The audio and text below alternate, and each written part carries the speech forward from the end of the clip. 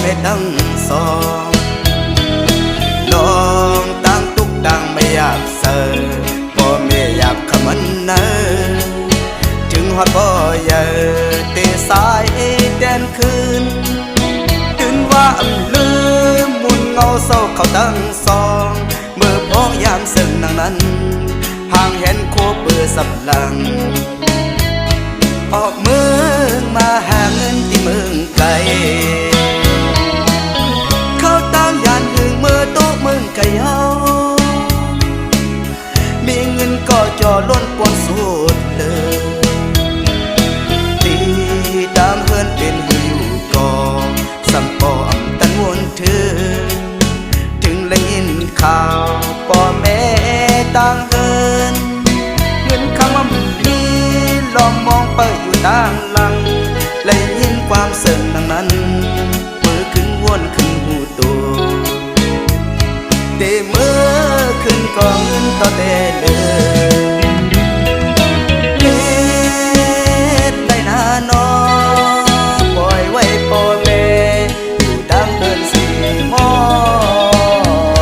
ลูกสายสิแปลว่าอยากมือกว่า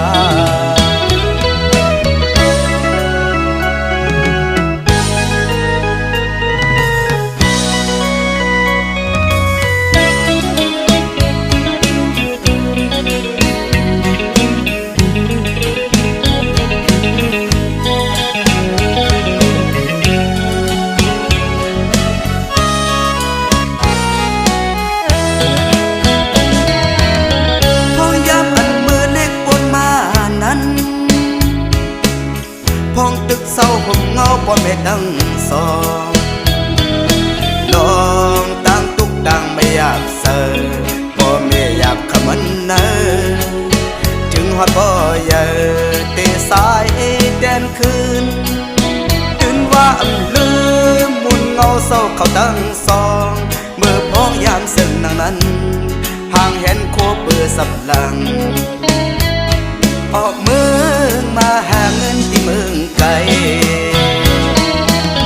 เขาตั้งยานหึงเมื่อโต๊ะเมืองไกลเฮามีเงินก็จอล้นปวนสุดเลยตีตามเฮือนเป็นหืออยู่ก่อสัมปอมตันวนถึงและยินข่าวพ่อแม่ต่างเฮินเงินคำว่ามีลองมองไปอยู่ต่างหลังและยินความเสื่อมดังนั้น